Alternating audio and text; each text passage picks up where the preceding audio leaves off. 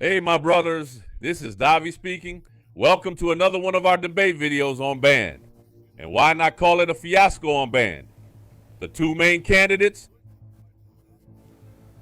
Flavio Bolsonaro and the current president, against our will, Luiz Inácio Molusco da Silva, did not have the courage, the decency. They were not man enough to participate in the debate. Now, a point to reflect on about Molusco. I think I don't even need to say anything because everyone already knows what it is. It's a cancer in this country, so there's nothing to say about a pile of manure. Now, Flavio, who for many represents hope, missed a good opportunity to show that he is different. That he has the courage to debate with anyone. Because that's the bare minimum, my brother. The minimum a person needs is courage. Look, a debate is held in a controlled environment. It's the mainstream media. There's security there. There are rules. If someone talks too much, is too disrespectful, they cut off the microphone and impose a penalty, and depending on the situation, they can expel them, as has happened in other debates. And if even in an environment like that, totally controlled, the guy still doesn't go, the guy runs away, I ask you, and on the day that a representative from a company comes to this guy's office and says, look, I want to talk to Flavio Bolsonaro. Who are you? I'm the boss of Company Z. Company Z. I know. That's the one being investigated by the federal police, the one that has, this is just an example, right? The one that has ties to organized crime. Yes, I'm the boss and I'm here. Because these guys don't come in saying, I'm the mobster. Vem desse jeito, mascarado. He's a representative of a company, a representative of a business group anyway, but it's them. And over there, they know the truth, right? So look, this guy is a big boss. Then I ask you, do you think a guy who doesn't have the courage to take part in a debate is going to come out and say, no, there's no deal with you. There's no agreement with you. Things are going to get rough. I doubt it, man. The guy doesn't even have the courage to go to a debate. And he didn't go. Everyone knows. It's his involvement with Vaccaro. It's Banco Master. There's a lot going on there, my brother, that they left alone, that they're not touching, because it's a thread. Imagine your shirt, this shirt here. Look, it's got a thread. Imagine that it has a little thread here. I start pulling it, look, and it starts unraveling. It gets worse. So what do people do? A lot of people just burn it off, right? They don't mess with it. They just stop it right there. It's already leaked. The guy's image is already damaged. If we keep pulling, if we dig deeper, we'll get to others who are on the other side. You get it, family? Because the truth is that no one can be corrupt alone in this country. It's always a chain of corruption. So what happened with Molusco himself in his conviction, the country house and all that? Man, family, do you know what a country house is to a guy like that? What is a country house? You know, a guy who, with the power of a pen, can make companies lose billions or profit. Do you think a country house would buy the president of the republic? That was just a little gift he got. And they used that to pin everything on him. See, it only has his fingerprints, only his DNA, so they're going to arrest him because of that. That's what they did, okay? So he didn't go to the debate precisely. So things like this, both Molusco and Flavio wouldn't be brought up because they both know, right? Especially when you're up against candidates who are still within the margin of error, 1%, 3%, 4%, let's say. They only tend to go down while the others gain from it. So they didn't participate now. You know, I can't stand Renan Santos, right? But he made a proposal here that I wanted to analyze with you guys because at first, man, a lot of people said this and it needs to be done. First, I want you to listen. I'm not going to say if it's good or bad. Here, I give credit where it's due. Simple as that. I've already said whether I like it or not matters about as much as a fly on horse dung. I know my place. I acknowledge my own insignificance. All right? So it's not about what I think. It's about what you think. That's right. The people, the nation. Okay? So let's listen to what he's going to say here, regardless of my position, and let's try to understand better. Let's go. My question goes to the candidate, Renan Santos. The order was defined by a draw, and my topic is public safety. Candidate Renan Santos, what keeps Brazilians up at night today is the lack of security. Every 45 seconds, a cell phone is stolen. The number of homicides, although decreasing, is still outrageous. In 2022, there were 40,775.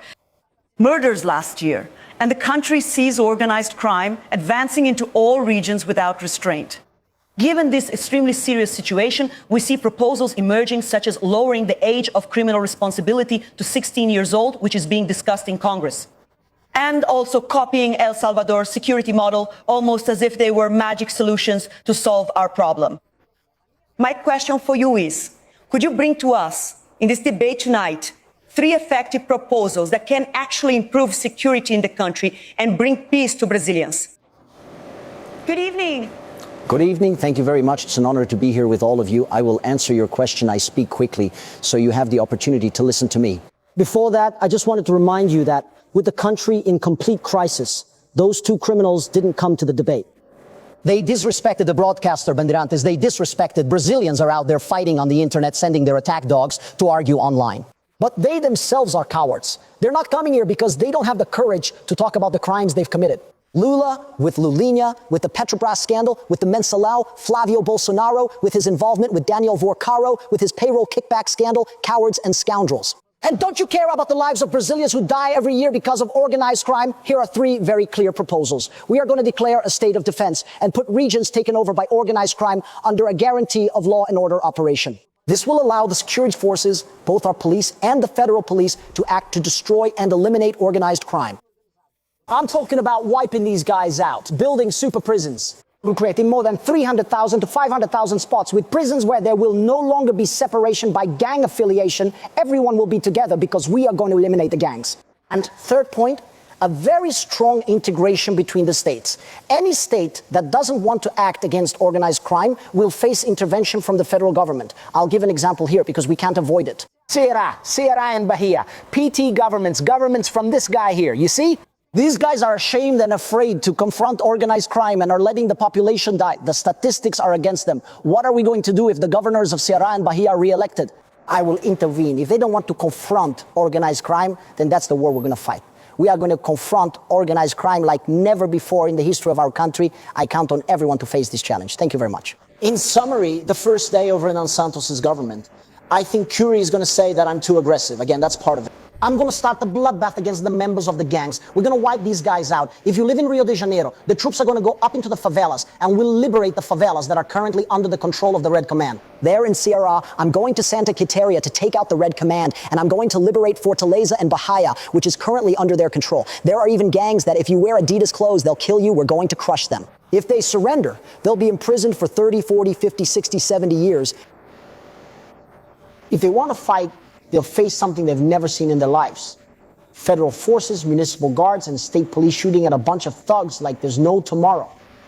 Tomorrow, what I need is to reclaim Brazilian territory. That starts on the first day of our term, and right after, carry out the economic reforms that will make it possible. Then you'll be able to buy a cell phone without going into debt and walk down the street without anyone stealing it. If we can achieve that, in my first year in office, our country will be heading in the right direction. Well, that sounded nice, didn't it? But only someone who really doesn't understand family would buy it. Because look at this proposal he's making to intervene in states that don't want to fight crime. It's very similar to what Trump did. But what ended up stopping Mr. Trump was the Supreme Court. Even though it was on Trump's side, there came a point when the backlash started to get negative, and they ended up curbing Trump's powers. So it's the same thing that would happen here. There's no point in Renan promising that, since we have the court that we have, David. Even if he won, he would appoint the judge. But that's going to be slow. It's a slow process. No one, my brother, is going to be able to make any big reforms here. No really effective change that could have a major impact. As long as that composition stays the way it is. Now, they're not going to allow that kind of thing. With one stroke of the gavel, they'd make it illegal, period. So it's very nice to hear that. No, I'm going there. I'm going to intervene. But the gods of Olympus won't allow it. So what needs to be done first? A parliamentary inquiry, a lava-toga operation, and investigate those men. And those who deserve it, right, should be arrested and pay for their crimes, right? So that was the first thing. But you see, no candidate really talks like that because they know that the power is in their hands today. Many decisions that should be up to the legislative branch. Today, the judges make a ruling, like this issue right now with the Maria da Penha law, they're expanding its reach. You don't even need to have a connection. And that's something that should be discussed in the Senate, in Congress, but they go there, make a ruling, and that's it. That's why no one has the courage to confront them. Another thing, we're going to talk about organized crime, and this has a lot to do with the rotten media, right, that whitewashes it. All it takes is for the police officer to speak a little more firmly, to be more forceful during an operation, for the rotten television network, even Bandeirantes itself, to demonize the guy. So, thinking that, no, we're just going to go there and catch the criminal. The criminals are cowards. They're weak. They won't think twice about putting a woman, a mother of 5 children, 3 grandchildren, 5 grandchildren, in front to take a bullet for him. He won't hesitate to take someone hostage there. He won't think twice before doing that. So, with the media we have, do you think a guy who wanted to do that kind of operation would be able to govern for more than, I don't know, a month? It wouldn't happen. The family. He would be impeached right away because the mainstream media's narrative is strong. So, I think, right, that people need to start understanding things as they really are. Aren't these the kinds of proposals that should be made? For example, do you really need, nowadays, to go into the favelas to fight organized crime in Brazil when the bosses aren't even there? I'm sorry for what I'm about to say, but some of these gang leaders aren't even in Brazil, and another part is actually in Brasilia. That's the truth. Everyone knows it. Do you really think the real bosses, the ones who get the big money, are living in the favelas, my brother? For God's sake, only their henchmen and their lackeys are there. So you catch the pawn, but the boss will just keep putting in another one, and another, and another.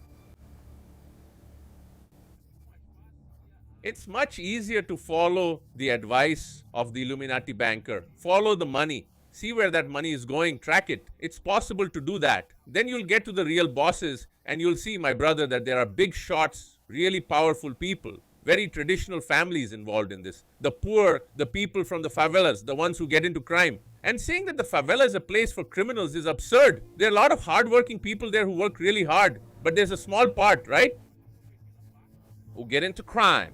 And they're the pawns used by those people. The big shots. The ones who know how to organize. Who know how to disguise the money, you know? And by doing it that way, you only catch the pawn.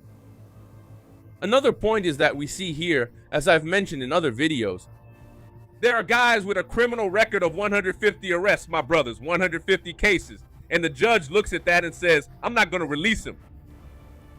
You start like this. Look, the judge who releases a guy like this, who has several police records, and he sets the guy free, he becomes responsible. If a guy commits a crime, he has to be punished, and so does the judge who does that. So, would you start there? That's why I say it's essential to make changes in the judiciary. There's no point in doing anything, any proposal beyond what they allow, because they won't let it happen. They'll shut it down. And that's it, man. 4 years here, these last 4 years, and even before Bolsonaro's government took office. How many states tried to make laws to protect, for example, their children from indoctrination inside schools? How many videos did I make here that are still online? Just go back. Go back to 2018, 2016. You'll see the videos. Me talking about this. Even me saying congratulations, right? We see, look, this state here voted right, guys. Look, the federal district voted the right way. They put in the man who's standing up to the rainbow agenda. And what happened next? The gods of Olympus would look here and say, that's unconstitutional. Bam! Hammer blow. How many times have we seen this here? Bolsonaro himself is in jail because of this. They go slam the gavel and overturn it. Something that was discussed, a law that was approved, went through the House, through the Senate. They say, no, it's unconstitutional. Bam, gavel. So until you have politicians who really have the courage to say we need to deal with these gods, it's essential to deal with them. That speech that Renan gave, it's beautiful. It gets votes. But it can't be put into practice because the problem is exactly what I'm telling you. Anyway, one positive thing is that UOL got really upset. UOL got sick over this, right? That guy whose head looks like a certain body part. Who has the guys? He commented here. Look, let's see just a little bit here. And then. Sim, tá bom. Vamos lá. He wants it. He's competing. He doesn't want the vote of anyone who's thinking about voting for Lula. Bye-bye, any Lula voter voting for Renan. That's right. I passed. Jose, sorry, Borja.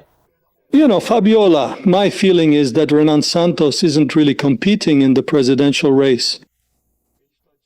He's competing in a contest to improve the position of his newly launched party, Missão,